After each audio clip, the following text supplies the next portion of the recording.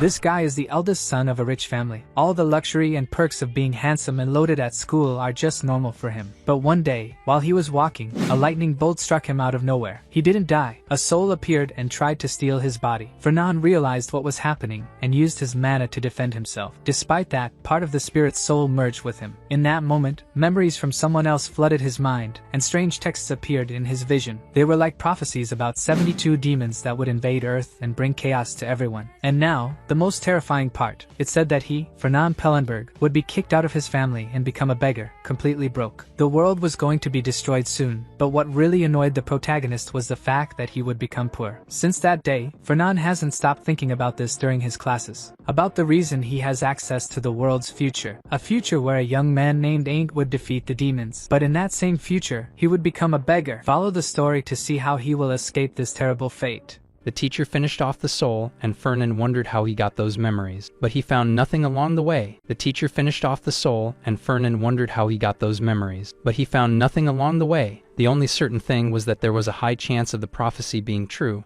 and it wasn't just a chance, but something coming from afar. Thanks to this, he managed to look ahead and make more money. The fact that the prophecy was coming meant that his Luna was too, and he needed to verify the truth of the prophecy. The secretary asked how the class was, and Fernan replied that it was always the same, but he accepted a bit of coffee, picking up a newspaper. His secretary asked if the young lord had been feeling unwell lately, but Fernan denied it. The employee replied that he seemed to have a lot on his mind, and the young master questioned since when he thought that way. He said that about 6 months ago, he started going out for a long time. The person he used to prioritize the investigation made strange choices as if possessed after being struck by lightning. Fernan said that these strange things might be the right ones in the end, until he noticed a name on the paper, that of Ain Armian, and was surprised that he had enrolled. His secretary asked if there was another source of information, but Fernan ran off quickly to head south. The servant wondered about the coffee while watching his boss leave. The Imperial Academy was a vast domain built in Bardian, an island located in the Imperial Sea, with immense lands created by magic, and the southern part had a marshy stream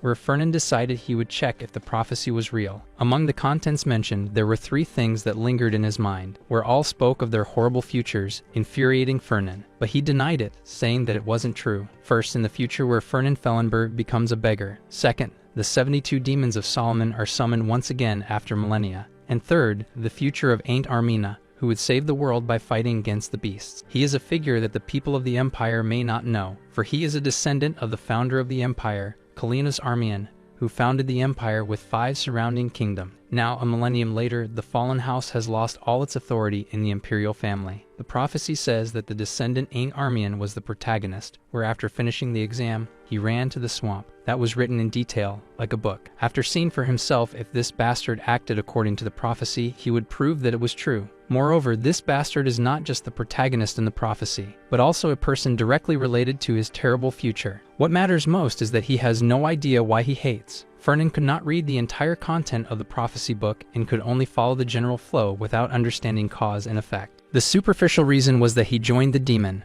but that doesn't even make sense. Ain't was currently searching for a hidden dungeon in the swamp. Inside, there was a provision from the first emperor of the Armian family, a sword with his spirit. In the prophecy book, he was the most likely person to save the world and was a great hero, saying that if he didn't have the talent to fight demons, he would have crushed it long ago, until he noticed a smell of blood beside him, thinking that he was injured from an attack in the dungeon and his talent had not yet blossomed. A croaker was a predator in the swamp that was tough on its opponent. Fernan says it was as simple as the prophecy stated, but he thinks he should check inside until he notices something coming. He wonders why Ain't was there and had not entered the dungeon yet. Fernan says it was a restricted area for newcomers. Ain't asks how he knows him, and the protagonist replies that he knew the descendant of the Armian. Ain't wants to know who he is too. The protagonist introduces himself as Fernan, but says he should call him Sunba while Ain't recognizes him. But he agrees to call him that way, while Fernan questions if he ran away from a lizard. Ain't replies that he encountered a croaker. Fernan throws a potion and warns that they were only reported once a year, so he was unlucky. But that was a potion of the highest grade, and it would be better to drink this than 10 vials of low level. Ain't tries to say he can't pay, but Fernan corrects him to call him Sunba. But he mentions that he doesn't need money, because even though his family has fallen, he is still of imperial blood, so it should be called an investment, while Ain't thinks he is not like the rumors, thanking his Sunba while Fernan thinks it would be a waste if it weren't for the prophecy, warning that he is lucky, since if it were someone else,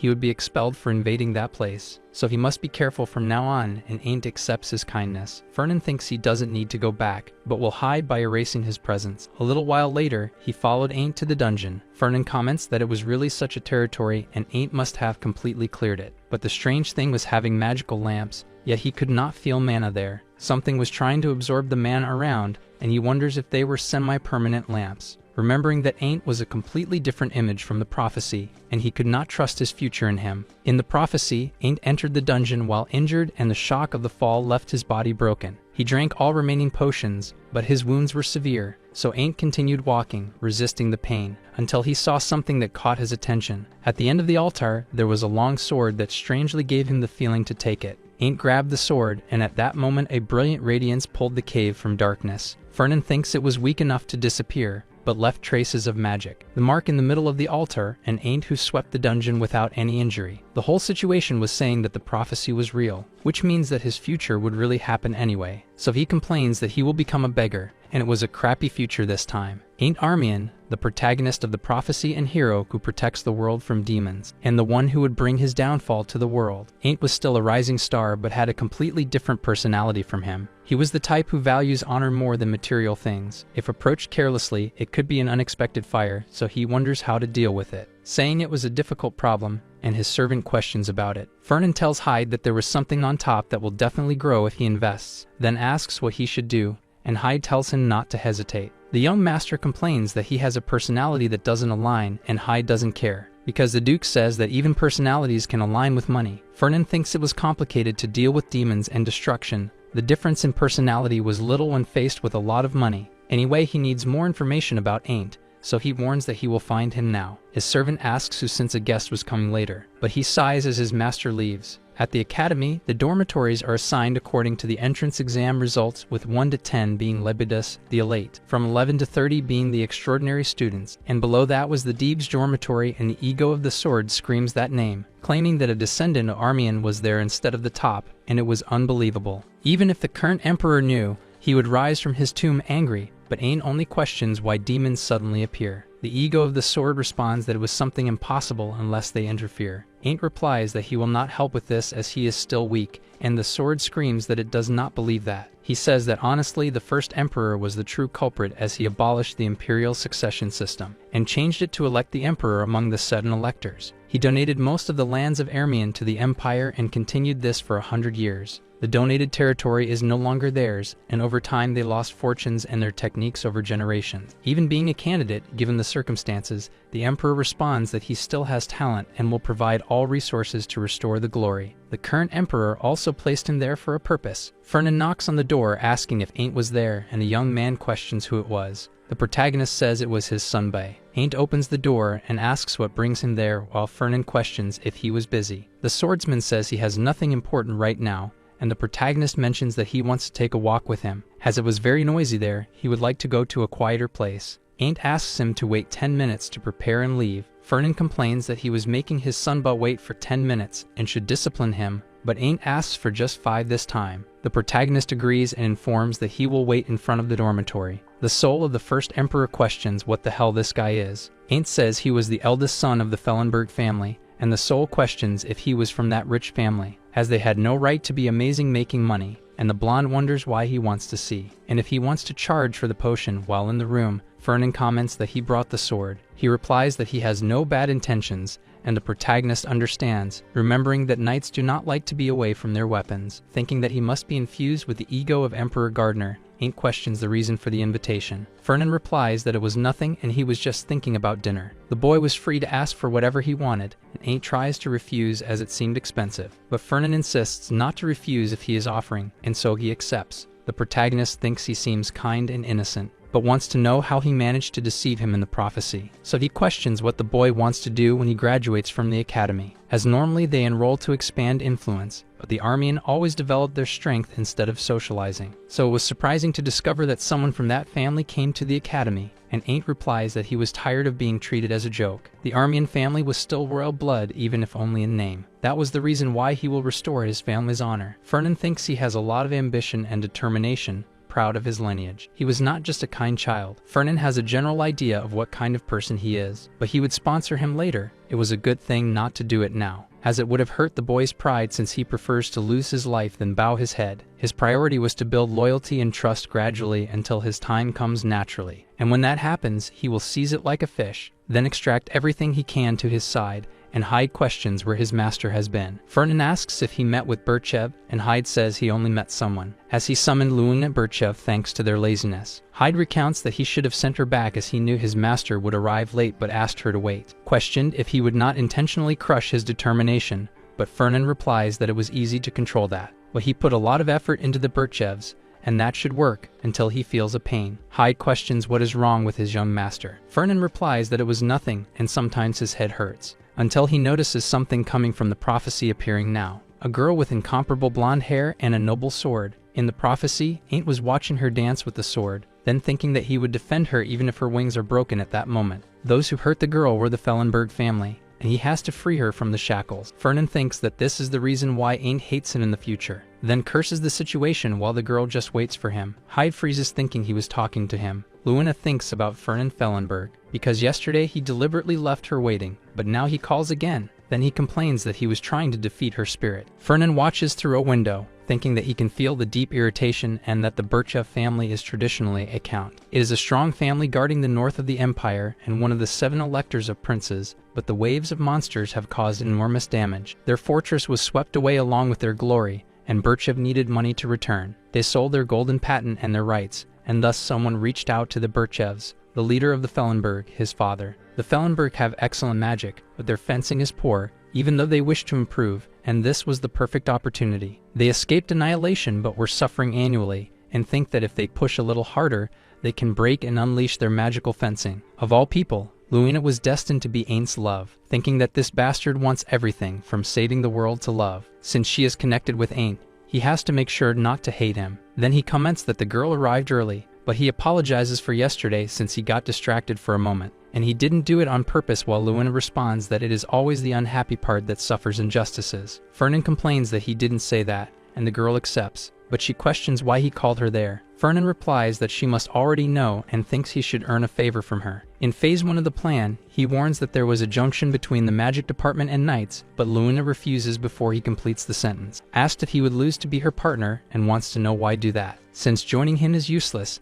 and she has better options than someone ranked 10th. Fernan warns that if she maintains the partnership for 3 years, he will increase all accumulated interest, but on the condition of accepting him as a sponsor, and Luina questions the reason. Fernan explains that the junction was important, but the girl says that is not it. But he wants her not only as a partner but also as a sponsored one, even being from the fencing department. Fernan responds that most of the money he sends to his family, and everyone knows he lives worse than most commoners. Sponsoring her doesn't mean anything special. He just wants to invest because she is talented, and Luina responds that nobles usually don't sponsor other nobles. Fernan reflects that she also values loyalty and honor, so he says that families share noble status. But that doesn't mean they are equal families, thinking that the honor of Birchev is greater, but cannot be compared to an ancient royal family. Luina questions if he was insulting her, and Fernan reflects that unlike Armian, it was a direct offense between families. Even if she hates it, she will accept, so he says it is not the time to be proud, since he didn't lie when he said she is talented. He saw her sword dance recently,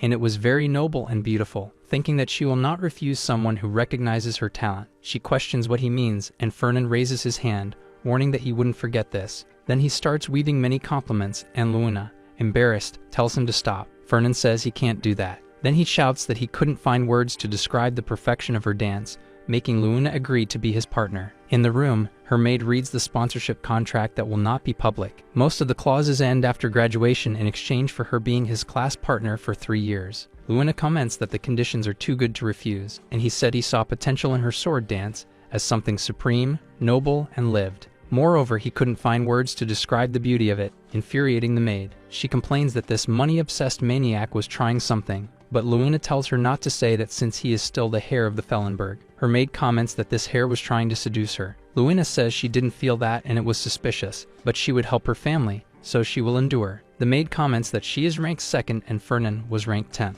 until Hyde appears at the door saying that her young master wants to see her. He He said he would wait in the training field and for her to come as soon as she could. The maid replies that she will ask her lady, and Luina wonders what he wants there, because she really can't imagine what he planned to do. Fernan reflects that she was ranked second, and the best in the department was Alon Donards, who had never been defeated by her. But she has a talent to become one of the 10 best royal knights on the continent. He will find out as soon as possible if she has any hidden tricks. Luina approaches, saying she didn't understand what was happening and wants to know what it is. Fernan says he just wanted to show that he wasn't doing too badly compared to her, so she wouldn't think it was a useless partnership. Even if ranked among the top 10, she will acknowledge that he is quite skilled. But there was still a chasm between 2nd and 10th place. Fernan replies that he understands. Luina says that since he wants this, he should go ahead and prove it, for she would let him attack first, and Fernan draws his staff. Creating a stone magic above her, he begins to conjure. The fragments are launched at the swordswoman, but drawing her sword cuts them in half. Luina decides she will advance against the mage, cutting everything in her path to get there. She reflects that he was tearing up the training ground. Fernan creates a lightning magic this time, forcing Luina to cut again, but he was actually behind her, preparing a larger scale magic that destroyed everything in its path. Luina notices it was reinforced with all kinds of magic, and not even normal spells left such a mark. Then she realizes what Fernan wanted to show. He had been hiding his true power all this time. The entire battlefield levitates along with her. Luina dodges, asking how he was conjuring multiple high-level spells this way, and wants to know how much mana this guy has. He definitely did not have the skill of a 10th place and completely underestimated his opponent, for at this point she was about to lose, but releases extreme energy from her strength. Fernan is impressed and smiles. Even the walls of the field are drawn in, and the final duel occurs between magic and Luina's fencing. She charges at Fernan, and his staff falls to the ground. The protagonist warns that he surrenders. Luina questions if he is provoking her, but the protagonist replies that he is not, and his mana has simply run out. A mage without mana cannot defeat a knight, and the girl thinks he was not pretending, for he has definitely run out of mana and cannot win in this state, and since she blocked all attacks, victory is hers. Wondering why she feels this bad feeling now, Fernan warns that he has something for her. Then he hands her a gift, saying it was a reward, and he heard she likes chocolate. It was made with whiskey from his family and was quite good, but if she doesn't like it, he can give her chocolate from the World Tree Frieding, or also the specialty of the Frisia Kingdom, Krakening chocolate. Luina questions if he checked her past, and Fernan replies that he didn't go that far for someone like her, but he just looked at the personal details of all the top 10 students. Luina comments that giving chocolate just for winning a duel is childish. Fernan jokes that he won't force her to take the gift, but the girl takes it from his hand. But she asks him to wait a moment before leaving, saying that he has enough mana to land brute attacks unilaterally and was forced to go to his limit, questioning why he pretended to be just a top 10 with such power. Fernan replies that a merchant does not walk into the spotlight. Back in the room, Hyde questions what happened there, for he completely broke his mana storage and amplifier, and Fernan replies that he dueled with Luina, and she is quite strong. But he was prepared and still lost everything. Not only that, but she spent all her mana, and Hyde questions how to use such precious items on that, and if she is really worth that much. The protagonist replies that it was an investment for the future and something like that, asking if it was a side effect of being hit by electricity. Fernan reflects that Aunt Armian did not judge wrong, and the fencing was indeed elegant, and he understands why it was something secret. Moreover, Luina definitely has talent and wonders why she never tried to take first place, and if it was because her equipment was of low level. Hyde questions what he will tell the Duke, for the secret fencing Birchev was highly sought after, and Fernan says he is a bit worried, but he questions if his father would disown him for that, and the secretary denies it, for he would probably take his life before that, and Fernan thinks he won't do that to his son for messing up his plans. In that case, he decided to first send a letter to his father about the matter, and has a vivid image of his collapse after reading it. Wild thoughts and anxiety took over Fernan, and he spent his time trying to ignore it. A few days later, a response finally came from his father. Fernan replies that it came faster than he thought, and Hyde says it finally happened. The protagonist questions if his father asked him to separate any message, but the secretary denies it, warning that he felt as if it were his last day serving the young master, and Fernan thinks it was not his fault, for he should be rejected thanks to Ain't for the crime of consorting with a demon. The incident was not particularly related to that, so it should be fine. He then says he needs to see his father now, thinking that he believed he was in a pact, but he cannot say that since he obtained the prophecy book. The secretary orders him to proceed as his grace was waiting, and Fernan reflects that he had no way to prove the existence of the prophetic book. If he tells the truth, his father will complain that a merchant has fallen into illusions, but he would be angry for trying to ruin their family. He needs to offer something at least to compensate for the loss of the Birchevs. His father comments that he seems more normal than expected, but he was wondering if he had used drugs or lost his mind, or if the demon that defeated the first emperor had taken over his son and should explain what he did. Fernan says he decided to make a better investment in Birchev. His father questions what could be better than secret fencing, but the son replies that he cannot tell. The family leader says it was not a request, and now he is a sinner trying to ruin the family's fortune, and Fernan responds that he is aware. But his thoughts have not changed, and if he trusts the Birchev matter to him, he will bring something better than secret fencing. His father says he would repeat it, wanting to know the source of his confidence. Fernan repeats that he cannot tell, and his father says it is absurd and that he did not teach him to be reckless. But he should know that it is not something that can be resolved just like that. And the protagonist responds that he has no choice but to mention the prophecy. He did not want to do this, but he has no choice, so he responds that it was not recklessness. In exchange for taking full responsibility for the matter, he will give all the information he knows and has a personal intelligence group. Yvonne responds that she doubts that, but he should proceed and asks him to share the information. Fernan says that to the east of the Eris Mountains in the territory of Viscount Donitz, there is an undiscovered crystal mine. His father comments that he has never heard of this and questions whether the intelligence group is better than children playing. Fernan responds that thanks to this, they were lucky to find a coin. This place in Eris is enough to cover all the losses of the Birchevs and still leave a profit, for it was the definition of a money mountain. Magic stones are minerals that contain mana,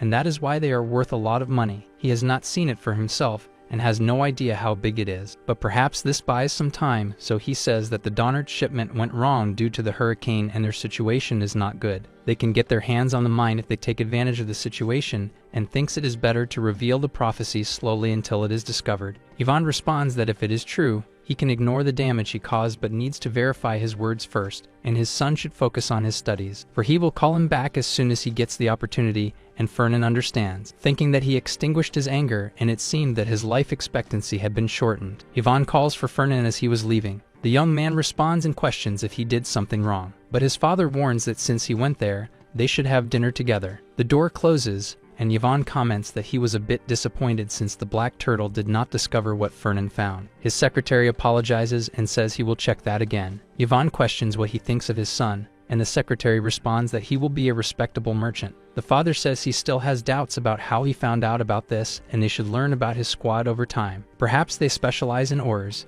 The secretary questions if it was the golden pillar, and Yvonne responds that Fernan knows the value of the ore. That was the reason for using earth magic even with a high affinity for fire. Of course, they should verify the information first, and the secretary says that perhaps their young master really has the golden pillar, for it would be possible to grow the organization beyond expectations if it is true, and Yvonne says he has always been interested. But it was truly extraordinary, and the secretary should also look into Luina Birchev and how she seduced his son. The secretary questions if they were in love, and Yvonne responds that there is no reason to invest in that. But he did so for no apparent reason, and it seemed that his eyes were enamored in youth. However, he has a feeling that this is not everything, wondering what on earth could make this boy who loves money more than his father. In another place, Fernan comments on Alia teaming up with Carlos Deneve, and Lunia confirms. The protagonist says that she originally ranked 4th in the department, but the girl responds that she was originally 5th. Fernan wants to know why they are partnering up and why it matters. Lunia says that everyone would find that out in the end, since they joined for money, and as expected, there is something to deal with, but it wasn't wrong. Fernan replies that it was really about money, and he truly loves that. But there is nothing more to gain with Lunia, thinking that she is not impressed by being called the money demon, and that was the reason for hating him more than anything. The protagonist tells her to take that, with an elixir and a coupon on the table. He explains that it was made from mandrake roots and the coupon was to buy a weapon from his company. Lunia says she can't afford that, but Fernan reminds her of the contract they made. She says that equipment made by the Golden Turtle was too much to be a gift, and judging by his reaction, it seemed he thought that way too, but Fernan denies it while thinking she was right. But the price of gaining a favor from Lunia and preventing a future of being a beggar was better, and she says she can't accept. The protagonist says that rejecting the sponsorship is a penalty of the contract, and she accepts. Fernan stands up and says he would see her in class, but there is something important now. Lunia reflects that even if it is sponsorship, it is still very expensive, wondering if there was a penalty clause in the contract, but there definitely wasn't. But she wants to know why give precious items and was trying to seduce him to steal his fencing. and she would never let him succeed in that. In his room, Fernan says that Ain't Armian must be at this lecture. Ain't warms up his arm while the protagonist reflects that it was a duel of the first year. It was something famous at this level with friendly duels, and according to the prophecy, Ain't, who obtained the sword's ego, started to win and became famous with the story of being a hero who would save the world becoming true. Someone approaches him asking what it was, to be able to see Fernan Fellenberg in that place. Fernan questions how His Majesty is, and the prince replies that it has been a while since they considered. But he wants to know what brings him there and if there are any new students that catch his attention. Fernan says he has been keeping an eye on the rankings and questions him about it. And if he is there to see Ain't Armian, the prince says yes, and they are from the old imperial family. It is natural to be curious about a family that hasn't entered there for 100 years, and Fernan reflects that this was Ludger Schwaben, the second prince. They have been on the throne for generations since they were elected the imperial family. Although they share the same roots as the Armian, they now have a bad relationship.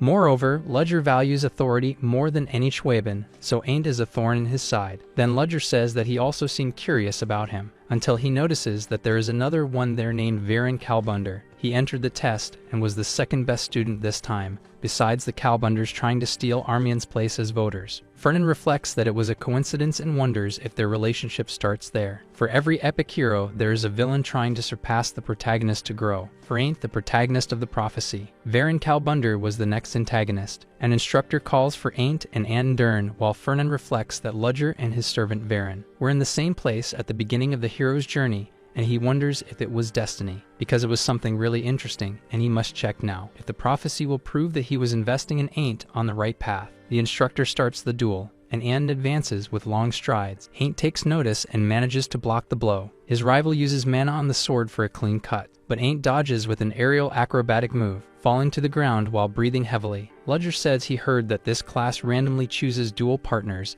and Armian seemed unlucky, since Dern was the 10th place in the entrance exam, being a tough opponent for Ain't, who was in 38th place. To be unilaterally pressured, he didn't expect much from the 38th place, but since there was nothing more to see, he was leaving. Fernan replies that it didn't seem boring. Ain't prepares his sword with mana and makes a downward cut, cutting the collar of Anton's shirt in half with just that attack. Ludger and Varen are impressed to see that. Fernan reflects that he was caught off guard by the initial aggression, and the confusion shows that he is inexperienced. But as soon as he responds calmly, the tables turn. Anto murmurs that he was a guy who managed to secure 38th place, and he wouldn't lose to him, unleashing all his magical energy. A girl in the corner comments that Ain't was much better than she thought, but Anto will win. Ludger remarks that it was surprising for someone ranked 38th to be forcing the 10th to use aura, living up to his name. For someone without talent, he was trying quite hard, and Fernan reflects on that, because he had no chance as he lacked talent. Ain't blocks the sword strike and manages to counterattack, while Fernan reflects that this environment never supported him. But Ain't Armian was special. He was the chosen one by the prophecy, and the protagonist of this world as Ain't advances to Anto's back. The sword is thrown far away, and the young man falls to the ground. The instructor announces that the winner was Ain't Armian, who raises his shining sword. His classmates shout that Ain't really won the fight. Fernan reflects that, as expected, the prophecy was correct, and his choice was not wrong. He just needs to help Ain't grow and make him his ally. Then he will win Luina too. In another class, people wonder if they really made a pair and why Luina accepted. Fernan complains that they were getting too much attention, and his girlfriend comments that eventually, they will stop talking. He questions whether she used the elixir and changed her equipment, and if she liked it. Luin remembers that she was excited doing all of this, so she replies that it wasn't bad. A teacher approaches the classroom and asks if everyone is present. It seemed that everyone was fine with their pairs, and no one was late. She introduces herself as Professor Rosalia of Magic, and also introduces Professor Grad of Fencing. They started the lesson immediately, and everyone would receive maps from the assistants. The first activity was a practical exercise. Grad says there was no better way to show what they learned, and for now they would be thrown into the exercise field. This map he prepared had a marked destination, and they should arrive in about 3 hours. But they didn't need to go exactly on time or too late, as it would be exactly 4 hours from then. He then opens the floor for questions, and a student asks if it will reflect on their grades. Grad replies that it was the most important thing before the final exams, and another student questions about combat,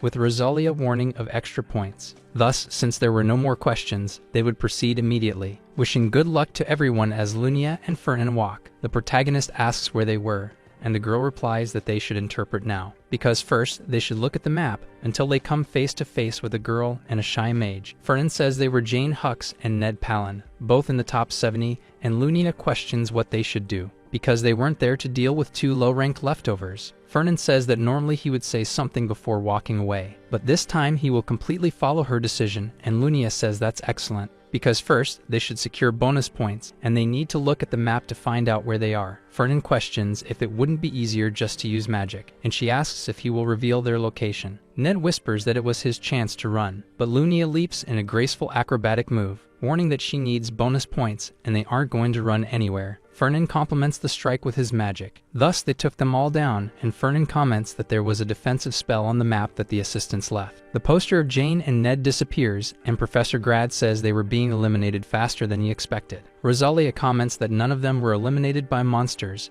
and it was interesting to have conflicts. Grad asks if there is any pair she wanted to see, and Rosalia talks about Ludger and Alan, and Carlos Deneve with Alia Tortega. But the most interesting of all was the pair of Luina Berchev and Fernan Fellenberg. Grad comments that she was at a disadvantage for joining and wonders if it was for money since Fernan didn't seem to care about grades. Rosalia comments that this was another reason and it wasn't about grades. He could raise his grade whenever he wanted, even without pairing with Luina. Grad questions what she meant, and Rosalia explains that Fernan was always 10th. It was common for a student never to leave the top, but he didn't even leave 10th place, and his grades were perfect in theory, but he always lost points in practice. So she just assumed that he didn't like to show off, and Grad questions if he was hiding his energies. Rosalia confirms and tells that those who destroyed the battlefields were the two. Grad asks if it was those crazies, and no student had skills, and Rosalia comments that she was curious. The professor wants to know if it was about why he was hiding his abilities, but she denies it. Because I wanted to know the reason he stopped hiding, with Fernan on a rock saying that the marked place on the northern coast was right there, and it must be a mountainous desert, while Luina warns that it's over. But he wants to know about his side and where he was going. Fernan gets down from the rock saying they should go northwest and that there are some people too. Questioning if they should find the next pair on their way, Luina says they have plenty of time. A massive rock is materialized thanks to his staff. Someone approaches saying they finally met there, and calls for Fernan Fellenberg, while Lunia complains about Carlos Deneve trying to attack from behind. He questions what was unfair and if he forgot that the teacher talked about real practice, because he should let her go after they meet, as it should actually be fate. Lunia questions why he was angry, and Fernan replies that his pride was hurt by losing the pair, but it was really childish to do something like that, and Lunia comments that she belongs to no one. The protagonist jokes that his actions are very foolish, but Carlos tells him to cut that out. Both continue saying it would be better to score more points by capturing strong people, but they can't just wait. Fernan says he will help her, so she should feel free to go all out, and Lunia tells him not to get in her way, because they don't even coordinate their movements, but they don't have that kind of support. Fernan says that a duo fighting separately is pointless, but he starts lifting dozens of rocks while telling her not to worry. They begin to circle that duo, and the protagonist tells her to trust him. In the room, Rosalia comments that a big fight is about to happen, and it's in the deserted area of the mountain, and Grad questions if they have already defeated the monsters. The teacher says they don't appear in that area and they should look closely. Grad comments that there are two pairs the teacher mentioned, and it would be perfect. But would they be able to see the true abilities of Fernan Fellenberg? During the combat, Fernan uses his magic to provide support and allow Lunia to advance while the opposing duo does the same. She wonders what this is because her body feels lighter than before, and if it's Fernan's support magic, as he is invoking it in her while moving. Fernan winks, saying it's amazing, and infuriates Luina. Alia tries a slash, but the girl dodges with a jump. She thinks she doesn't have time to get distracted and first has to get rid of the girl. Clashing her weapon with the other girl, Luina tries to pressure her with all her strength. Carlos casts a lightning spell that flies toward her. Luina notices this while enveloping her sword. Realizing that her body wasn't moving anymore, Alia smiles, saying she captured her, but Luina complains that it's nothing, because if she just puts her aura out while her enemy advances, but a rock prevents the blow from getting closer, and Carlos questions what happened. Luina suddenly appears next to Fernan and is surprised. The protagonist replies that it's magic and his family developed it recently, where they exchange things that have the same weight of place. Luina questions how he knows her weight, but Fernan tells her it was written in the student report. She dodges the blow, commenting that the rock seemed heavy, but it wasn't that much, and she would hear more about this later, besides that she would burn that student record. Fernan complains that this will take her life if she doesn't hold it correctly and move gently. Lunia says she will take care of Alia, so he should focus on blocking Carlos, and Fernan complains that he had to roll on the ground several times, until he sees a magic circle in the sky. Fernan comments that he's wondering why Carlos doesn't use this, thinking that his specialty is summoning lightning. A massive pillar of light that gathers dozens of lightning bolts at the same time and is more destructive than that student. For this reason, he is the best, so he warns that he needs to research how to block this. Then he takes out 2 balls, warning that he will see how effective this is. Fernan uses his magic and begins to gather mana. Carlos was completely focused on his multiple concentration. That blow is drawn toward the protagonist, hitting once again. The smoke begins to dissolve slowly, but Fernan comes out of there with a smile on his face. Carlos questions how he managed to block that blow. Fernan throws the balls, saying it's a device that absorbs mana to store it, and he modified it a bit, but even though it's expensive to make, it seems effective. If refined more, it would be a production success and would be good to sell on the market, while Carlos shouts that using an artifact is cowardice. Fernan questions what cowardice is and says it's real practice, just like the teacher said. So, Luina, making Carlos turn to his teammate. The protagonist orders her to finish it, and thus the girl prepares herself, making a cut using her aura against Alia. From a distance, Ludger and his colleague observe the fight. The prince comments that only 2 out of 4 remain, and Alan says that the assistants will send him to his destination. There was no mage among the students who could block Carlos' magic. Ludger says that Fernan and Burchev had enough power, and the boy will no longer hide his strength. He has no chance of keeping up with Burchev's pace, who is obsessed with grades, and if Fernan uses his true abilities, the rank increases. His circle was full of people who would jump at him if his rank fell, so he cannot let him become a potential rival. And just as he followed him to safety, as promised, he will raise his level in the test. This pair had been eliminated before him. Luina Burchev and Fernan Fillenberg should be captured. The duo cuts a troll in half with their strength. Luina comments that they were close to their destination and the monsters were appearing, so they would arrive first at this point. But Fernan seemed to ignore her while absorbing the troll's body. She asks if it was really necessary, and Fernan explains that troll blood was a key item for his potions. The girl comments that she knows this, but compared to her wealth, it was nothing, and that was why they called him a maniac. Fernan says he managed to recruit her thanks to that, and she tells him to keep moving. But there were only 8 pairs left, and the boy jokes that she got lost on the points. Luina says she still has a good reason why she should be the best student. She calls him, and Fernan says he felt it too, and there were at least 20 people, and he felt as if they were all aiming at them, with the pairs advancing. Fernan and Luina manage to fight them with their strengths. Alon rushes towards the girl with all his speed. He prepares to strike while Luina recognizes him. Both collide their weapons with all their might, being repelled thanks to the opposing forces. Then they advance once again towards each other. Both emanate their energies and clash their swords once more. From afar, Ludger levitates, gathering a fireball with his mana, but his magic is prevented from being invoked thanks to Fernan's earth power. Ludger uses support magic on Alon, while facing Fernan, using all his mana. Both spells collide as well. A massive explosion occurs in the combat area with all its force. Ludger comments that he was just going to stay back and watch, but they came and eliminated half of those following him in the blink of an eye. And if he really was going to do that, it doesn't seem like Fernan, who responds that he just wanted to secure first place this time. Ludger says that won't happen and they should settle things peacefully instead. And he knows there is less than an hour remaining. If they fight now, none of them will check, and he questions about him and Alon taking first place, because it would be a victory for everyone if they came in second, and he questions about it. Lunia responds that she prefers to lose in a fight than give up first place, and Fernan agrees. Ludger says that the negotiations have failed after all. Then he unleashes fire magic, saying he wants to see what Fernan has. The protagonist replies that he can't wait for that moment, surprising the prince. A magic circle envelops them from below, levitating the earth. Fernan's magic was enough to change the entire landscape of that world, and the boys scream that it was a trap and they must flee. The stones come together, trapping Alon and Ludger. Fernan questions if they should walk while Lunia seems impressed. She asks why he didn't use that trick earlier, walking towards the designated area. With the end of the test, Grad congratulates the good work and says he will announce the ranks. In first place were Luina Burchev and Fernan Fillenberg. In second place were Ludger Schwaben and Alon Dennertz. Fernan says that at least they made it, and Lunia comments that both were good and couldn't defeat Alon. Honestly, he didn't expect them to end up on top, and Fernan says it was first place even if they didn't defeat anyone. Lunia says it was her first time being there, and it was truly something incredible. Grad tells them that this concludes the test, and they will return to the academy quickly, so they should stay close without leaving. Lunia asks if he knows the newcomer ain't Armian and mentions that she met him the other night. Fernan questions if she met him, and the girl says she saw him while training, and he was interesting, because it was similar to when he secretly watched him doing the sword dance, making Fernan feel a headache. Lunia questions what that was. The protagonist feels the prophecy coming and says that another part has been revealed. Then he wonders what was happening and if the story has changed this time. Ain't shouts at the girl questioning what she was doing.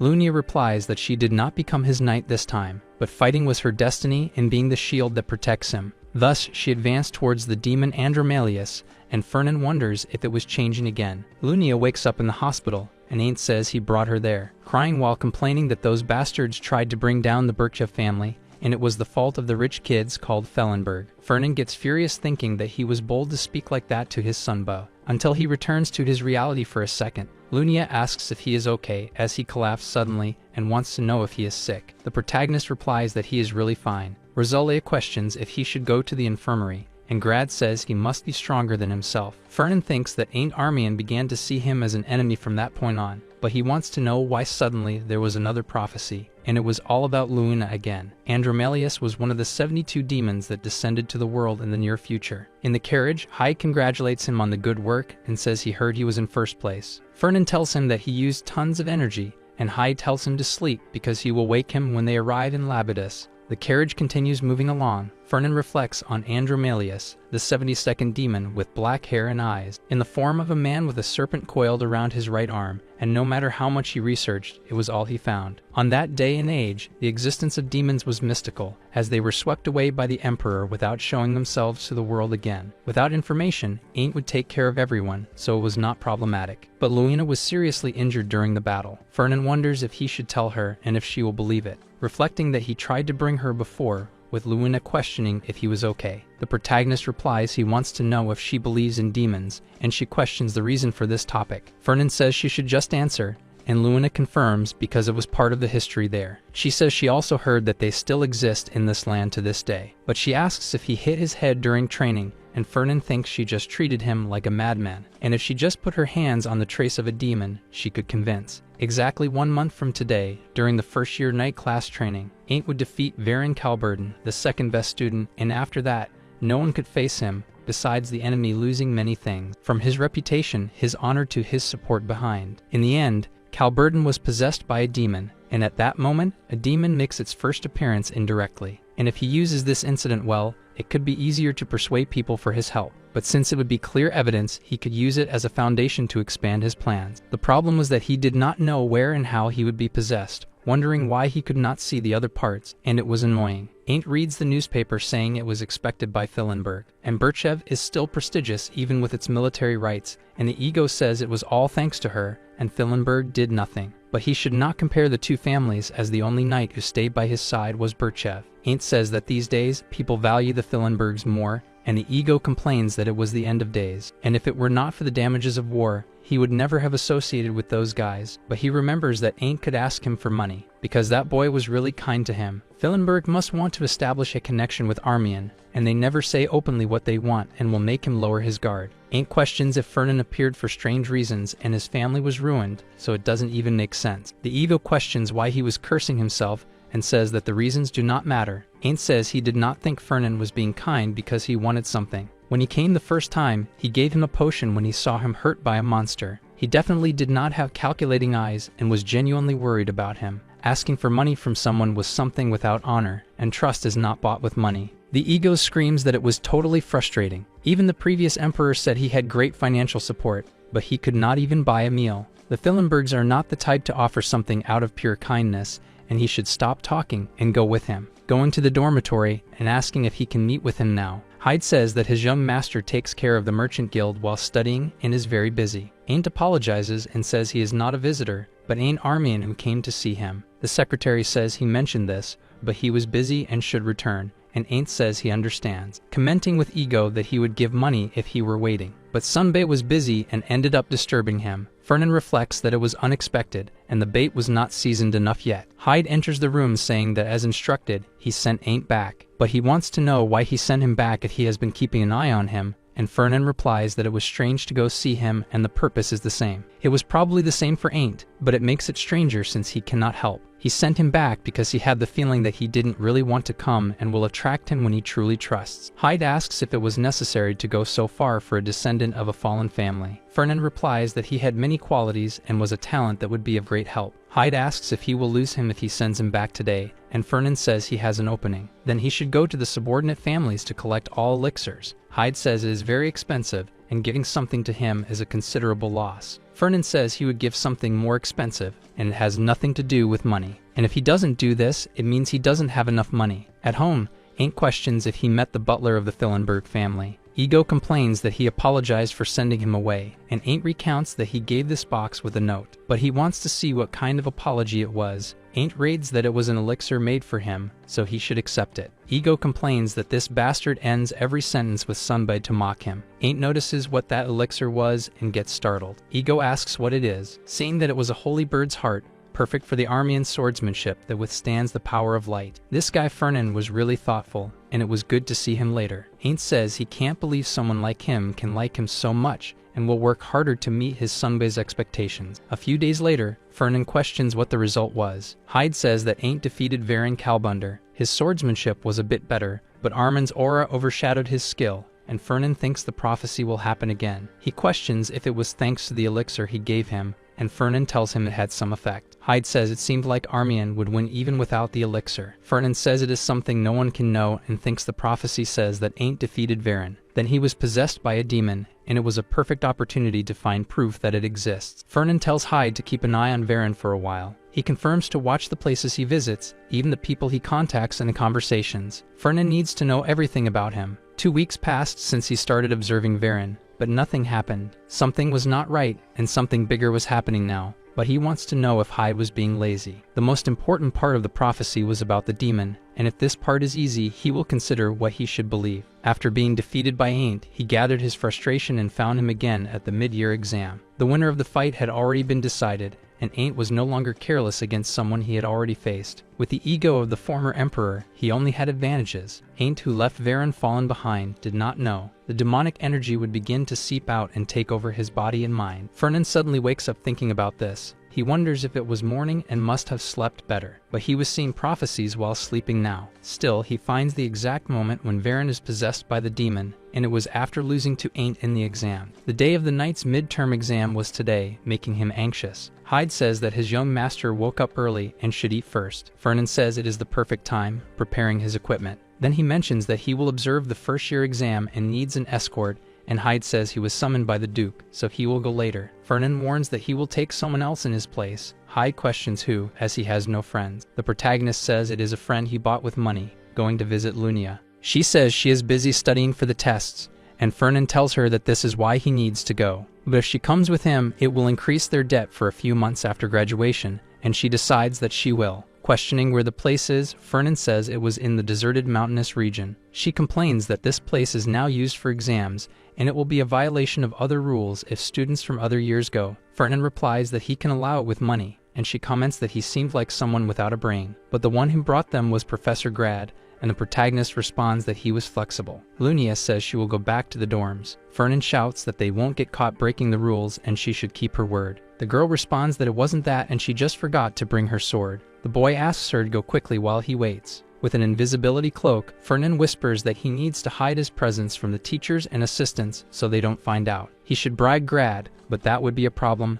and Lunia replies that he should know that. Doing something without knowing was worse, and Fernan says she was a good girl and should keep going. But he would wait there as he would check where they needed to go, thinking that Ain't was currently in second place. He was very close to Varen, who was third, and wonders if they had already fought. Then he decides to follow that path, and Lunia complains that it was against the rules for a student to have a professor's map. Fernan just tells her to follow quietly until he feels something. She wonders if it was a monster screaming. Then they hear the scream once more. Lunia says she will check because there are many freshmen around. She keeps running, and Fernan says it was dangerous to go alone. The boy follows her down the path. Lunia comments that the boy seems unconscious and was attacked by a monster, but thanks to defensive magic, he had no injuries. But it was strange because the monsters of this era were not usually fierce. Fernan thinks it started earlier than he thought, and he wasn't able to check Viren's condition. Then he feels a pressure, and Lunia questions what in the world was happening there, with a huge explosion in front of her. She turns her gaze, coming face to face with a troll running towards her. The girl manages to sever the troll's arm with her sword. The troll gets up and charges again.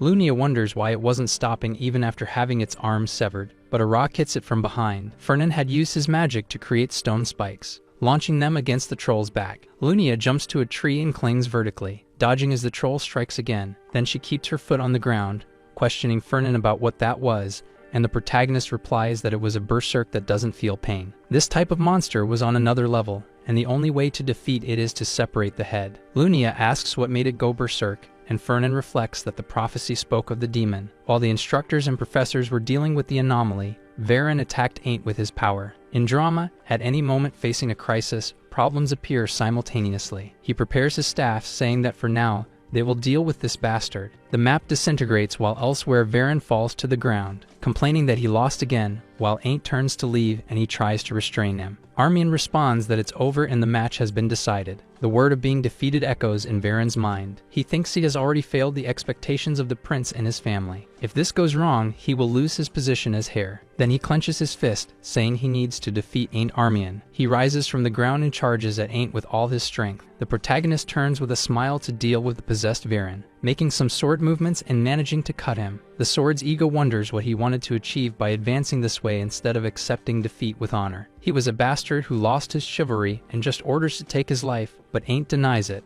Gardner complains that he was a worm who will tarnish the honor of knights. The boy responds that it's not a real fight and they should leave. Fernan and Lunia finally manage to defeat the berserk. The girl says she needs to forget about the elixir and get out of this fight that wasn't theirs. Fernan complains that he can't decide and they will cut through the horde of monsters, and Lunia calls him crazy. The protagonist comments that she should know it's not hard to defeat a berserker. Lunia questions if he anticipated this and said he needed an escort, but Fernan denies it. The girl says it doesn't matter how much she thought, but the elixir was no longer more important than him, but the boy responds that it was, thus fleeing far away while shouting that it was much more important. In another place, Lunia questions if this was the place of the cursed elixir. Fernan reflects that it seemed the fight with Ain't was already over. Lunia notices Varen's body, and the protagonist tells her not to approach. She moves closer and says it was Kalbunder and wants to know who did this to him. It seemed he fainted while fighting, and she wants to help him, so Fernan should help, but the protagonist says no and that she should stay back. The girl responds that she can't leave a collapsed person behind, and they should move him to a safer place, but Varen suddenly gets up. Lunia feels what is happening and instinctively steps back. She says that this aura was something she had never seen before, wondering if it was really Varen Kalbunder. Fernan replies that it is demonic energy, and the girl questions this. The protagonist responds that this bastard was possessed by a demon. Observing Varen in his state of unconsciousness, Fernan reflects that according to the prophecy, once possessed, he would go to Ain't as soon as he woke up. But it seemed the target had changed, with Lunia repeating that a demon had appeared there, and she wants to know how he knows this, while Fernan reflects that through his eyes, he has already lost everything. The girl responds that they must subdue Kalbunder first, but the protagonist touches Lunia's shoulder, warning her to just wait for 10 minutes. She turns around but doesn't find the protagonist behind her. Varen lunges at the girl. She dodges, trying to bring him back to consciousness. Varen makes some slashes with his sword filled with demonic aura, being defended and pressured by Lunia. She reflects that he was strong and at this point she would lose, so she uses her aura to repel Varen away. The demon falls to the ground,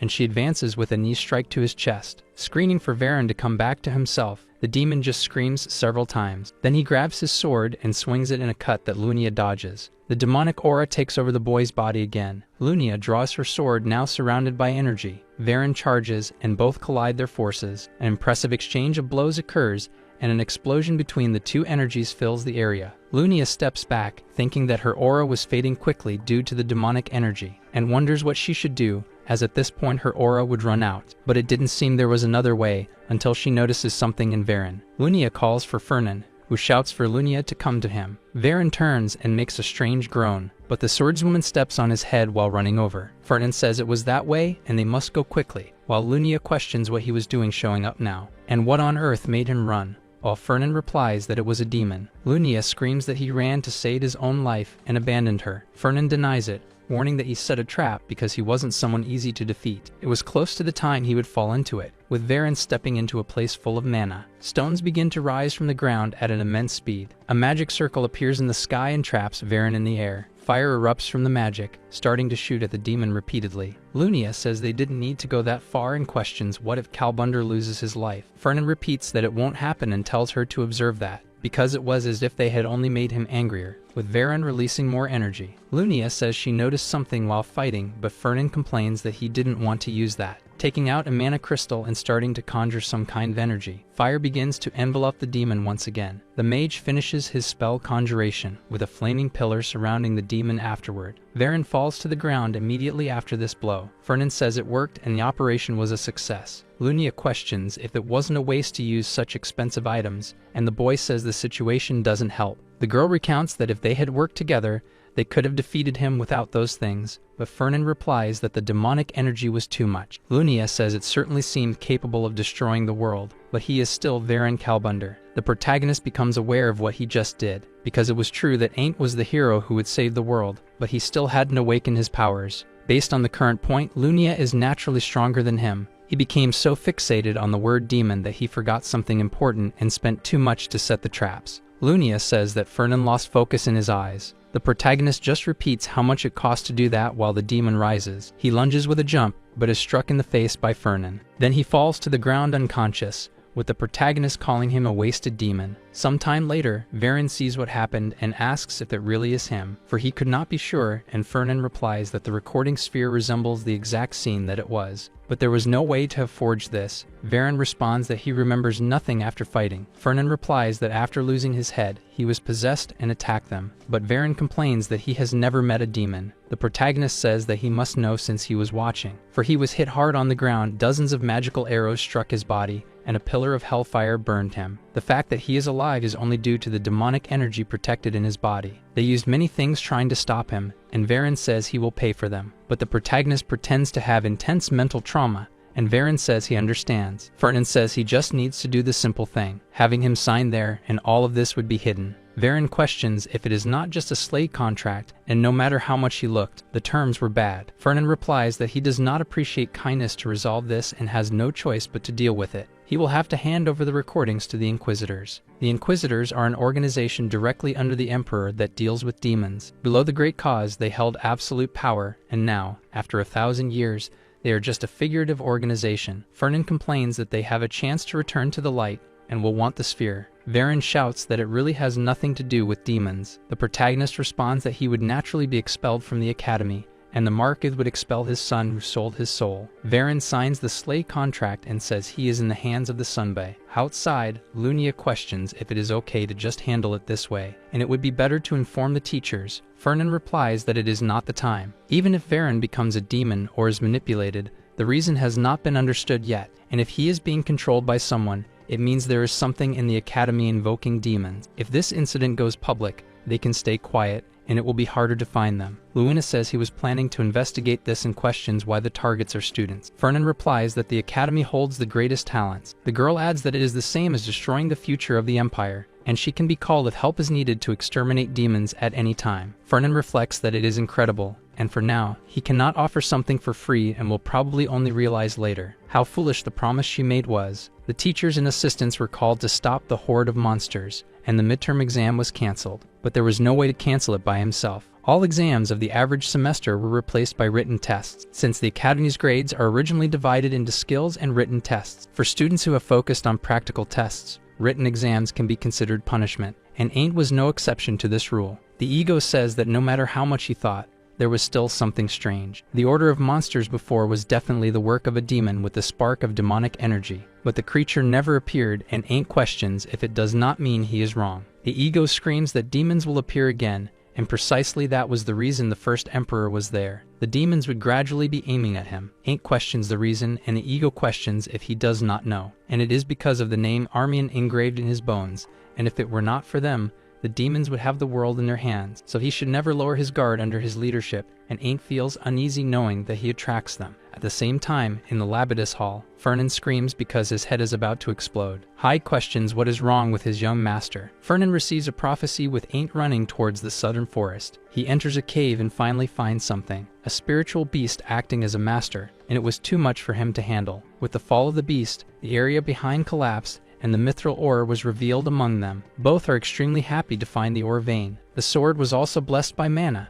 and its soul can inhabit it. Fernan suddenly wakes up and repeats about the metal that holds the soul. Elsewhere, Lunia says that the last time he talked about a spiritual potion, and now it is an herb. Fernan says that last time it was a lie, but now it is true, and Lunia complains that they will miss class for a week. The protagonist responds about preparing his class, and will take care of it. The girl denies it, but he says he will increase interest, being refused again. Lunia says she doesn't know about other things, but she can't miss class. Fernan says he will ask for someone and she shouldn't do that. A person enters the room and says it has been a while since he saw his brother Fernan. and all the blessings of the manna should be with him today. Lunia recognizes him as Jace Vines, and the young man says that his Hyung was not alone, but he welcomes her and wishes her blessings. Then he asks if his Hyung was doing well, and Fernan says everything was normal and wants to know about his academic life. Jace says he is still in his first year and has a lot to learn, while Lunia seems confused, questioning if the two are very close. Fernan replies that she seems surprised, and Jace says it was something natural. Lunia denies this, as Jace Vines was the saint of the Church of the Dragon God. The saint that everyone worshipped was associated with someone greedy for money,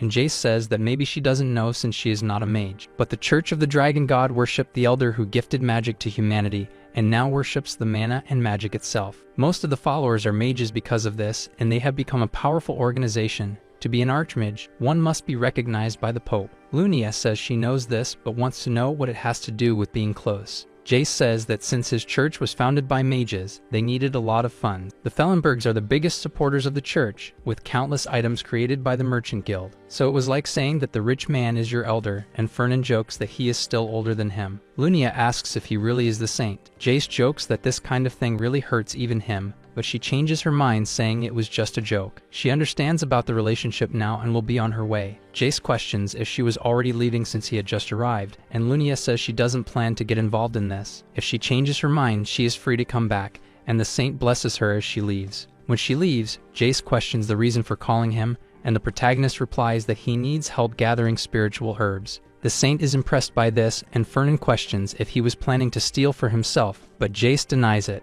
questioning if he really needs to gather this during training, and with his skills, he could go ahead and get it easily. Fernan replies that he did everything he could, but unfortunately didn't have the correct location yet. Technically, the information from the prophecy was enough to locate it, and there are 7 lakes in the southern forest. He has been gathering mana from the bottom of all 7 lakes to find the vein, but hasn't found any mithril. It was clear that the cave was magically hidden, and it was annoying to do this. Jace says that students not involved are prohibited from entering, and there are many around, but Fernan warns that this was the reason he signed up to be an assistant. The young man repeats this and says that the requirements are a bit strict. It is uncommon for a second-year student to help, and Fernan replies that it is not against the rules, and he managed to. Jace says that merchants are impressive and the plan is good, so if he promises to give a lot of money, the saint will join. Fernan thinks he is a bastard while Jace shows a contract. Instead of training, the ego says he will plan once more with the spiritual herbs near Lake Farden in the east. He needs to make it seem like a coincidence, so first they should just walk around, until he questions if Ain't was paying attention, and he replies that his Sunbae was there. He seemed to be an assistant too,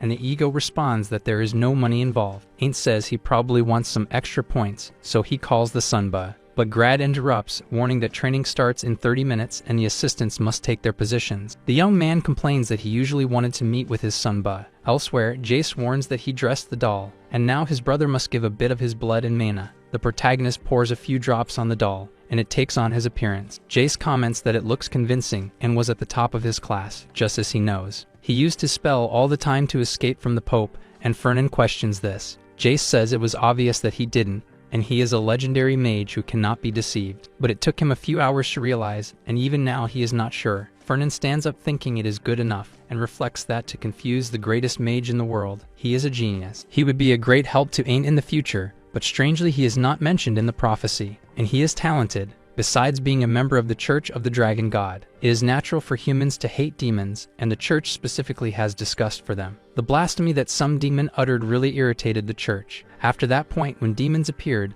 the Church became practically insane and transformed into an anti-demon cult, so he could end up as Ain't's ally one day, and Jace says he should return in 5 hours. Fernan understands and warns that he was counting on him. He jumps through the trees, spying on Ain't, while reflecting that he was leading the way and only had a lake on the eastern side of Lake Farden. Then he warns that it was his turn now. He should do exactly what his Sunba commanded. Ain't notices the one in front of him and repeats about seeing Varen Kalbunder before him. He asks if he would try again, but he knows he can't, and Varen reflects that he is aware and does not plan to appear pathetic, remembering Fernan asking to join Ain't during training, which was completely terrifying. Varen says he did not accept defeat, and Ain't questions if 2 times were not enough. The swordsman replies that it doesn't matter if it was 2 or 100 times. He lost his reputation, so now he will fight to regain his honor. The ego says that the spirit continues to challenge through defeat, and it didn't seem like it the first time, but now it was good to see how magnificent a knight was and urges Ain't to accept the challenge. He responds that Varen was fine,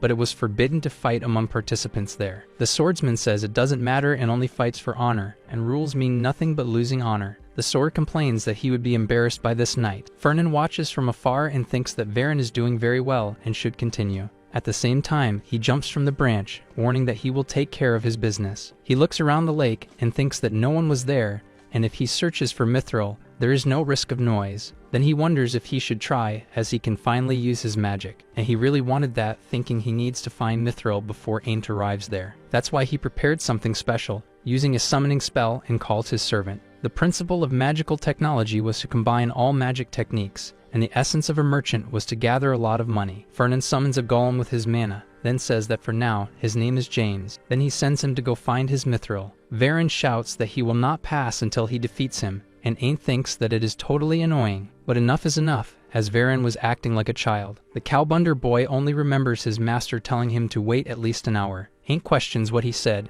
and Varen complains that he likes to do this. He absolutely loves to disturb someone and ruin their life. He was so eager for this, so Aint should hurry and attack him immediately. The boy kicks him, asking what kind of crazy he was. Varen falls away and says he is indeed crazy, so he should come to him, but Aint has disappeared. He checks the watch and wonders how long it lasted. An hour and 10 minutes had passed, so Varen was safe. In the cave, Aint thinks he finally escaped from him, and the rules were about not dueling. But in this cave, he would never find it unless he actively searched, and the ego says it would be obvious. Aint warns that there is something there, and he feels another energy besides the spiritual herb that was mentioned. The ego tells him to look down, observing the spiritual petals. Aint says they hit the mark where he needed. At the same time, in the submerged cave, Fernan opens a smile, celebrating that he found the vein of mithril crystals along with his golem James. Up above, Aint says it is problematic because they found the herbs, but no one is crazy enough to mine with that monster being there. The ego says he did not expect to see a sea dragon there,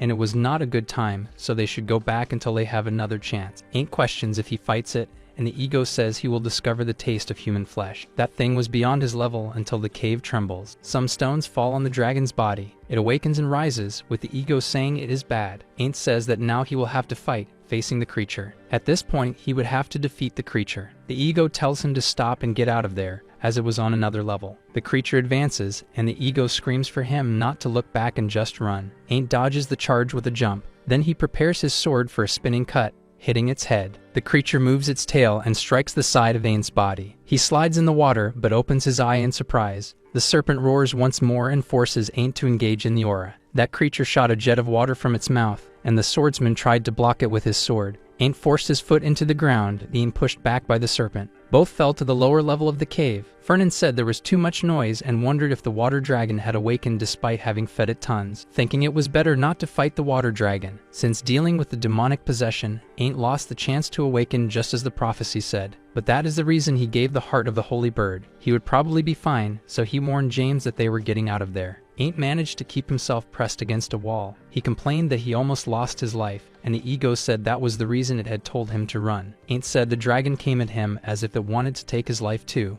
but the soul replied that if the ground hadn't broken, he would have been devoured. Aint questioned if he didn't hold up well, and the ego replied that it was thanks to the heart of the holy bird he received from Fellenberg. But at least the spiritual herbs were fine, and Aint said he was very far away, so it would take an eternity to climb there. The ego said it felt something strange from another direction, but Aint felt nothing. Thus they continued walking, and the young man questioned if that was the strange place he mentioned. And there was nothing there, but the spirit replied that there was definitely something there. The ego urged him to hurry and dig it up. Aint understood the ghost's order and thus removed the stone, coming face to face with a vein of ores that illuminated his face. Outside, Jace asked if Fernan found what he was looking for. Fernan confirmed and asked if nothing happened, and Jace said just a few monsters. The protagonist congratulated the saint and said they would write a contract in writing next time, and he hoped to see him again. Some time later, Fernan thought he had laid his hands on Mithril, and now needed the correct ore to combine it. Mithril has excellent mana absorption and does not shine on its own. He must combine it with another metal to show its potential,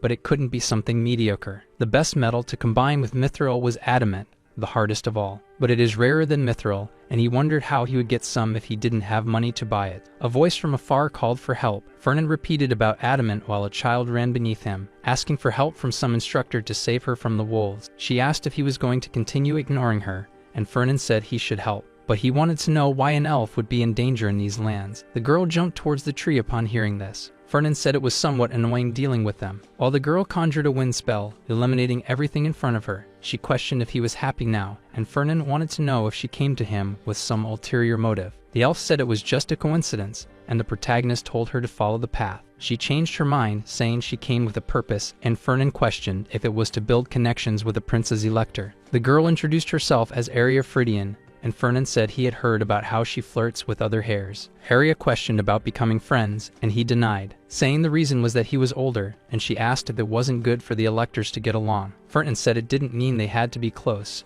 and Aria told him that Fridian had recently become lectors, replacing the Birchevs. That was the reason to be kind to the other electors, and Fernan questioned if there were none in her family. She asked how an elf could live among others and eat fruits too. Fernan reflected that she didn't think about who would pay. Aria was shameless and brazen beyond herself, so she said she wanted to be friends with all 6 electors. Until she noticed something in her direction, a girl told them to go to the professor quickly, because a water dragon appeared at Lake Farden. Fernan wondered about this, and Aria wanted to know why it appeared suddenly. Then she looked at her senior, but Fernan was already running towards the creature. He thought something went wrong, and there was nothing in the prophecy about the water dragon coming out of it. Wanting to know what happened to Ain't, an assistant instructor ordered all first years to return, and the other instructors to protect them. The ego commented to Ain't that the dragon was there because he had taken the herb and should leave it to the professor to get out of there. Ain't understood and said he would be careful not to attract attention, but the sea dragon appeared behind him. Ain't turns around, but Fernan appears to protect him with his staff, conjuring a massive magic circle in front of him. Stone stakes emerge with his ability and are launched at the dragon. The creature tries to resist, and Fernan reflects that perhaps the dragon is too much. Professor Grad says that his student held the line well and should leave the rest to him, advancing alongside 2 other complementary wizards. The creature turned to flee far away. Fernan reflects that it was strange and wonders if his interference changed the prophecy a bit and if he is destined to save humanity anyway. He still hasn't recovered his investment, so he would be broke if he lost his life, and asks if Ain't is okay. But he sees a look of admiration on the boy's face. Ain't says that his senior came to save him, and Fernan explains that protecting a student is part of the job. But if he is okay, that is all that matters, so he must do his job. Ain't asks if he can take a second to chat with his Sunba, and Fernan tells him to go ahead, but the boy replies that it is something a bit embarrassing. They go to a quiet place, and Fernan says that there is no one around so he can talk. Ain't questions if the Merchant Guild also buys ores, and Fernan says yes, but wants to know if he wants to buy something. Fernan corrects him that no, he is out of money, so he cannot buy anything. The boy responds that he cannot argue with that, and Fellenberg reflects that it slipped from his mouth. Because he has always been gentle with him, he forgot that he would expel him in the future. There is no benefit in provoking. He says that if he hurt Ain't's feelings, he apologizes. It was unintentional and should not be taken to heart, and Ain't says he knew it was a joke. Fernan questions what he has to sell. The boy shows a piece of adamantine in his hand. He was just stressing Ain't to get his hands on it, but he shows adamantine at the same moment. This kind of luck belongs to the protagonist, thinking he must stay calm. Fernan questions if he was trying to sell that to him, as adamantine is not something you find easily, so he wants to know where it came from. Ain't says he prefers not to say where he got it, but promises he did not acquire it through bad means. He got a lot of it, and his space is full. Fernan reflects that it must have been in the cave, and he did not find mithril, but adamantine instead. Wanting to know what kind of cave has both, Ain't says that if he is interested, his conditions are a few. The ego screams for Ain't to be careful because the Fellenbergs are cunning, and if he tries to negotiate, he should deny everything. He finishes explaining his terms, and Fernan responds that he will buy under the conditions, but he wants to know why he is selling this to him, and Ain't says he wants to get rid of it quickly. It is something rare in the world, and he will be targeted from all sides. Armain is not strong enough to protect something like that. Fernan questions if he is,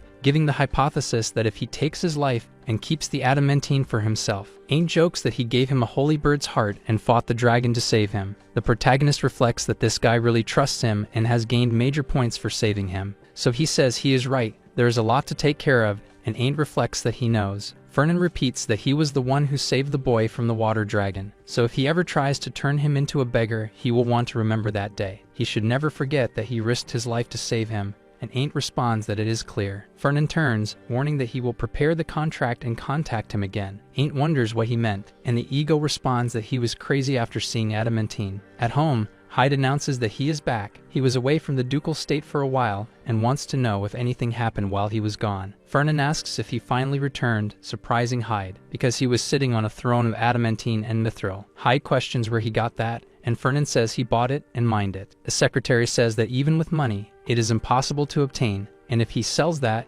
his guild will surpass this year's goal. Fernan responds that he will not sell that. Hyde questions what he will do, and the protagonist moves his cup, saying that he will sell a colossal ego golem that moves and lies on its own. Knights have their loyal steeds, and elves have spirits as companions, but merchants have none of that. He questions why they should be the only ones alone, so he decided to correct this absurdity by creating a colossal ego golem. Fernan responds that golems require advanced magical technology and astronomical funds, meaning only the wealthy can dream of this, thinking that especially since a war with demons was coming. In the terrible era when the demons will emerge, it will serve as a bodyguard to protect him and transform into something solid and dependable. Hyde reflects that he doesn't know why a merchant needs a golem, but he would stay quiet since he seemed to be in a good mood. He then questions how big they are talking about regarding a colossal ego golem, and Fernan says it was 10 meters, and it would be something very cool, until his head starts to feel pain. He reflects that it was another damned prophecy. Hyde takes his young master to rest and tells him to bite the thermometer. Fernan says he is not sick, but his servant asks how many times he has screamed because his head suddenly hurt. Then he goes to check the temperature, and he must endure it now, because it must be a side effect of being struck by lightning. Fernan reflects that he had another prophecy where a contractor for a demon attacks Ain't at the yacht club.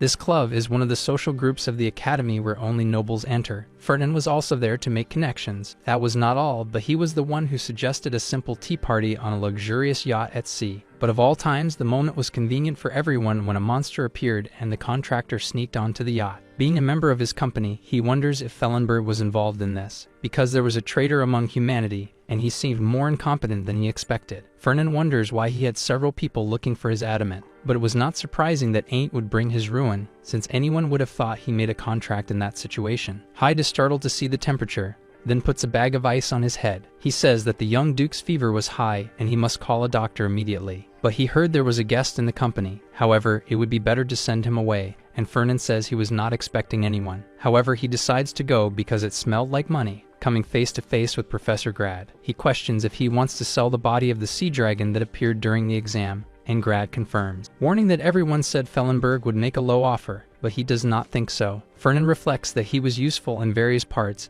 and asks if it was okay to approach a student this way. Grad questions who would be crazy enough to go against a Fellenberg and wants to know the reason for asking Rosalia to be an assistant. She was very sticky with the rules, and next time she should come to him. Moreover, it was an official acquisition request from the academy, and he was there as a leader. He contacted the Fellenbergs, and they told him to talk to him, and Fernan says he was only interested in a part. Grad complains that he will not sell in parts and must buy completely, because they were talking about a sea dragon and no part was bad, and Fernan thinks that is true. The bones and teeth are extremely durable and make good equipment, with eyes and blood rich in mana and scales perfect for armor. Buying everything would be good, but he was doing business and must maximize profit. Grad says he would sell to another family, but Fernan reminds him that the creatures captured in exercises always go to the professor's research fund, questioning if it wouldn't be good for him to sell for a good price. Grad says he wants a good price for what he desires and questions what he needs. Fernan tells him that he only wants exclusive rights to sell ships to the academy. Every time they buy a ship, they must buy from the Golden Turtle Company. Grad questions why the academy would need this and if that was really all he wanted. Fernan replies that absolutely yes, thinking that there was no need now,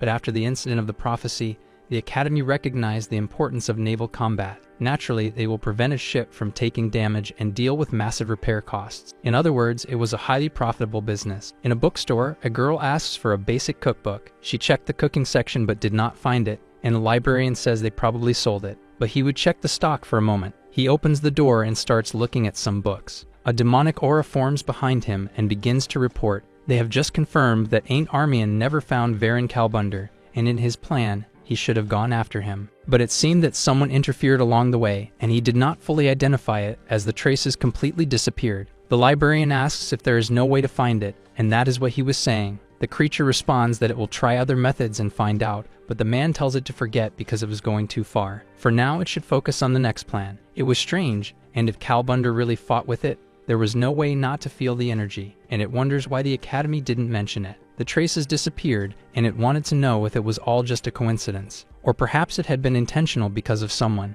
The creature asks if anyone knows of its existence, but the man says it is impossible and the world is very quiet. He assumes it is a coincidence and will be more careful for now. Since they have little power, if its existence is revealed, it will cause a backlash in their plan. Above that, eliminating Ain't Armian is his top priority, and its growth rate would be beyond imagination. He doesn't know the reason, but it is the same curve that the first emperor had. For the plan to be complete, it would be a problem if Ain't Armian reaches its full power, so its servant must not fail a second time. He says he will keep that in mind and disappears. Then the librarian leaves and calls his client, informing her that he found the basic cooking book. She thanks him and says she hopes he has a good day. In a restaurant, Fernan questions if Luina felt demonic energy. She says it was 3 days ago after dinner when she was with Bella. Fernan asks if it was Bella Hohen from the 19th place, and she confirms. The young man questions how the situation was. Luina says that 3 days ago, Bella offered a duel and said she felt her skills had improved and needed to confirm it. Normally,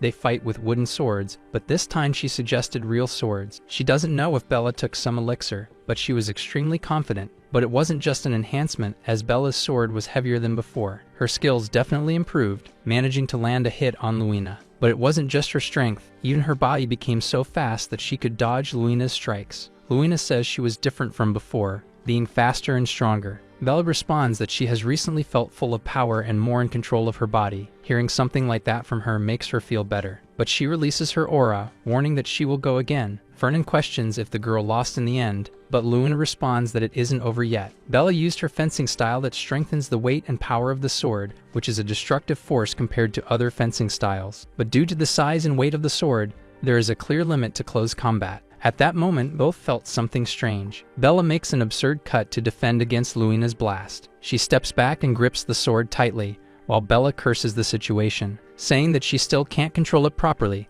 and Luina says that's how it happened. Fernan asks if it really was demonic energy, and she confirms, because even if it was just for a moment, it was definitely demonic aura. But Bella was completely fine, and even after the duel, there was nothing abnormal. Unlike Varen, she was totally controlled and physically well. Maybe she made a mistake, but Fernan questions if he wants to check the case. Luina says yes, and Bella is her best friend, so she can't see her becoming something bad. She thought Fernan could be of help in some way, and the young man responds that he doesn't have a solid method, but he will try in his own way. But there was something he was curious about, asking if the candy was good, and Luina replies that it is. In another place, Fernan repeats all the places Bella goes during her routine. It was like Varen's bastard, and there is no suspicious contact with anyone. Moreover, she has no traumatic experiences and has good relationships with others, with no openings for demonic energy in her heart. But if Luina told the truth and she has demonic power, there was only one thing in common, where neither of them made a contract, wanting to know if the energy can be used without them noticing and without a contract. Maybe Luina made a mistake, and it wasn't demonic energy. Suddenly, he feels an extremely strong headache, seeing a scene where the sky is blood red with a strong demonic energy. He saw Ain't with a troubled expression. That scene looked familiar, with the ego saying that everyone was acting strange. The demonic energy appeared along with Andromalius close to awakening. That vision was no different from hell,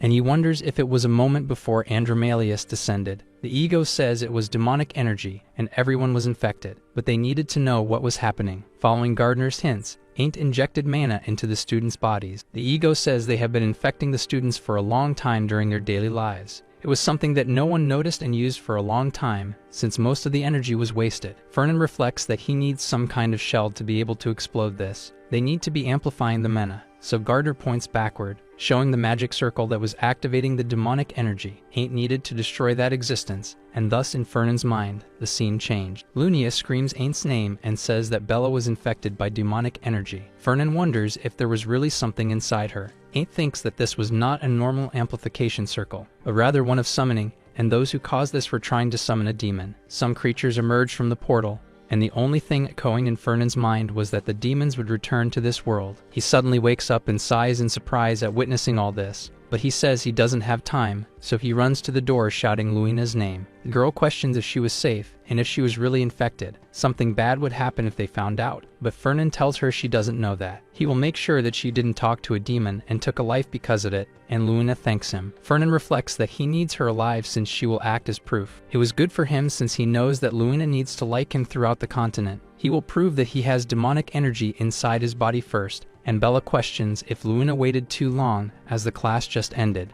Luina denies and says they were just waiting. Fernan interrupts by touching her forehead and saying that inside her head there were demons and they need to take their lives. So she should do what he says now, but Bella denies, asking if he was sick. Fernan says it wasn't a joke and they don't know about the energy inside her, but she would lose her sanity over time, and then the executors would appear. Bella questions if he was threatening her. Fernan denies because he was speaking the truth, but the girl says she was perfectly fine. Luina grabs his arm, asking if she can do it the way Fernan says and pleads about it. Bella agrees just because she asked, while Fernan reflects that he would knock her out if she refused. The girl says she will do everything he says, but in return, he should apologize to both of them if he proves he doesn't have demonic energy, and Fernan questions why Luina was included. Bella says it was to persuade little Luina, and the protagonist agrees, warning that she must take him to the places she visits because he needs to know if she has contact with demonic energy. Luina questions if they hadn't looked there, but Fernan whispers that she wasn't helping in this case. Fernan thinks that he didn't find anything suspicious alone, and thus goes to a location but without success. In the training hall, he complains that it was a lamentable place. All the places from the dormitory to the cafeteria were normal. In the library, the librarian says that she really came today. Lunia comments that Bella loves romance books. Fernan thinks it was a common pastime, and it might be stranger if he could easily find the traces. But there is some trace there, and it didn't seem to be the place. Wondering if it could be a certain object, the librarian says it was good to meet Mr. Fernan. That young man questions how he knows him, and a librarian replies that he was a merchant after all, and he had bought some items from him, but interrupts the conversation to offer a book, because he had something perfect for him. Fernan denies, saying he has all the books he wants at home, and the librarian understands but says it was sad. Luina calls for Fernan, and he says goodbye to the man. He understands, releasing his energy while saying he must always come back. In a different room, Bella questions if this cafeteria was inside the guild since she had never seen it, and Fernan tells her it was reserved for guests, and it was the best place to avoid prying eyes. He opens the door, and Lunia makes a sad face, seeing Jace, who says it's good to find them, saying he blesses them with the faith of mana,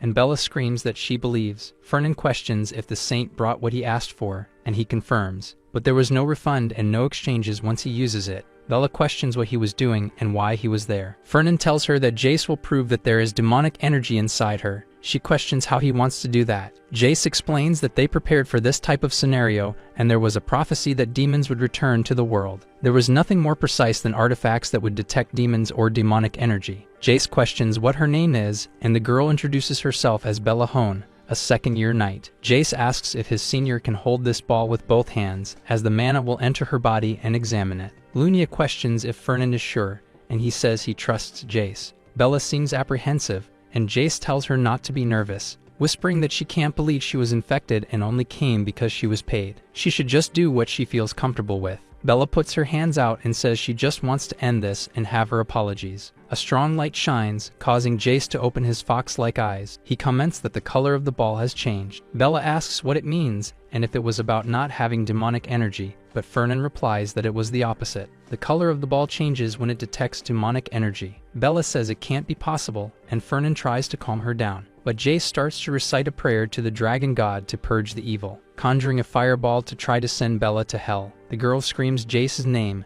and thus the sphere falls to the ground. Luina was able to defend against the magic with her sword. Jace shouts that he will take her life. Moments later, he summarizes that the students are being infected by the energy at the academy, and he wants to know if Bella really didn't encounter a demon. Fernan replies that he has been keeping an eye on her for the past few days, and there was nothing suspicious, and Jace says it would be terrible if he is right. It would be better to ask for help, but Fernan denies it because demons will hide if this is published. Jace must listen carefully because demons cannot know that they have knowledge of this. He has a plan, and if helped, he will be able to eliminate everyone in an ambush. Jace repeats this and says to just send what needs to be done. Fernan questions if he can make the demonic energy inside Bella disappear. The saint asks her to give her hand, but Bella seems to suspect he is trying to take her life. He says he will only purify the energy inside her body and will not do anything else. Bella screams that he is a liar and has crazy eyes, in addition to being scared. Luina shouts for Fernan to do something. The young man repeats that Bella is not a bad person,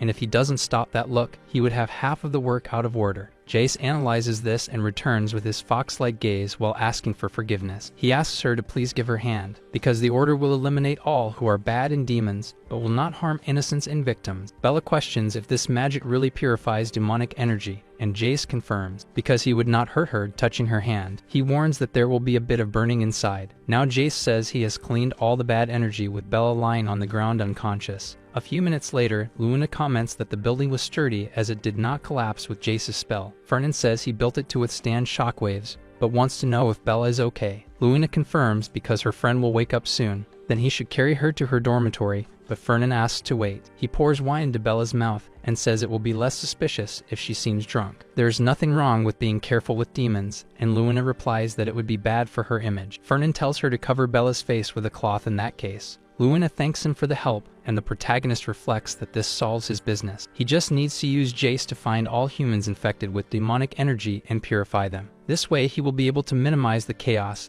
as well as prevent what was coming from the demons in the best case scenario. First, he will prepare things for the yacht club meeting and thinks he has investigated the suspicious people from the guild, finding one who had become an employee and doesn't know if they were working with demons. This was the most natural scenario where he thinks it is not related to this, and it was not difficult to plan when he knows the future. If things go according to plan, Ain't should trust him 100%. It won't be long before he considers him a friend. The next day, he goes to the port with Hyde, opening a smile and announcing that it is time to fish a little. The director says he heard from Professor Grad and summarizes that he wants exclusive rights to sell boats. They should say they sold the Sea Dragon for a good price, but exclusive rights were too much and questions about one more condition. In exchange for guaranteeing exclusive rights for the Academy for the next 20 years, he will give the Sea Dragon materials for a reasonable price. Fernan reflects that the carcasses of magical beasts are more valuable if left untouched. Normally he would not accept this, but now he could not back down, so he says he will add this condition to the contract, thinking that the boat business at the Academy would bring even greater benefits. Outside, Hyde congratulates Fernan,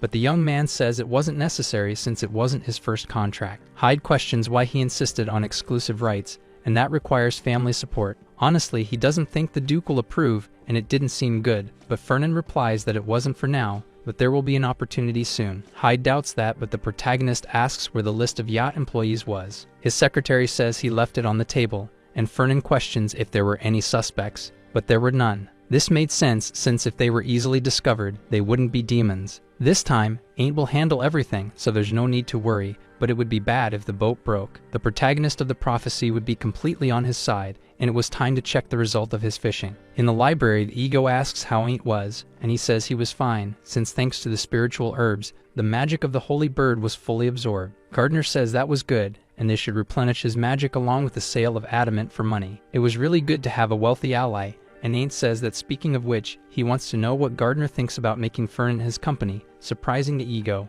Ain't repeats that he was rich, and it would be better to have him by his side, but Gardner says it wasn't a bad idea. They are not idiots and will realize how serious the situation was, so Ain't replies that it would be better to show Fernan in person. But he has never seen a demon or vile creature before, so he isn't sure, and Gardner responds that demons exist and will reveal themselves. Even if he keeps company, he shouldn't trust completely. Fillenbergs once made deals with demons. They are the kind of people who don't care who they deal with, as long as they make money, and they are known for that. In the end, it was bad to deal with them, but Ain't denies that, saying that his son Fernan would never do something like that. He notices something different and quickly tells the ego to hide. Veloci Viendirk, the best student of the Knights, appears and calls for Ain't. The young man questions why he was looking for him, and Veloci says he got an invitation to the yacht club. They said he could bring a guest and thought of taking Ain't. Veloci says he needs a recommendation from a member to enter, and since he is an Armian, he was within the qualifications. Ain't repeats this, and Gardner comments that if he was joining rich kids, Schwaben must be involved. This guy was trying to drag him into trouble, and everyone was trying to keep their distance from him thanks to the Schwaben. Ain't thinks it would be better not to go and tries to thank him, but Gardner tells him to wait a second. If it was the yacht club, they must go to the ocean, so he should go since he had an arrangement left by his ancestor. Veloci asks if he will go, and Ain't confirms he just needs to know the date and time later. He accepts and turns to leave, while Gardner says that if everything goes as planned, he will make use of the Sinanwang arrangement there. Ain't questions how many of these exist, and he says that the more, the better for dealing with demons. Elsewhere, Fernan delivers an invitation to the yacht club to Lunia. The girl says that to receive an invitation from someone who tried to block her participation, she has lived a lot for this. She says Bella is also a member of the yacht club, and Fernan looks a bit confused. Fernan reflects that he was blocking Luina from being a member and should pressure her using the debt. But honestly, there were less qualified people than Lumina as members of the club, and she questions why he changed his mind out of nowhere. Fernan says he found traces of a vile creature. He received information that something will happen at the club, so he set a trap, and Lunia says that was perfect and she will never forgive what they did to Bella, because it was time to have her revenge, and Fernan congratulates her good attitude. He asks if Bella has woken up, but the girl denies it even though a whole day has passed. Both wonder if Jace burned her out of anger. Fernan stands up and says it was lunchtime, so they should go. Walking away while Varen appears. He sits on the ground and looks down nervously, wondering how it ended up like this. Because he, the proud heir of the Calbunders and once the second best in the combat department, was defeated by the seed of the Armian in order to become the head of the family. Then he was abandoned by the prince he considered his support, by Veloci, whom he wanted to be friends with and who currently received the invitation to the yacht club that he wanted so much to enter. That spot should have been his, and he should have gotten an invitation. Everything was going badly thanks to that bastard Armian, but someone is approaching. Aint asks if Varen wants to have lunch with him. Our video ends here. If you enjoyed it, please like and subscribe to the channel. Until next time, bye bye.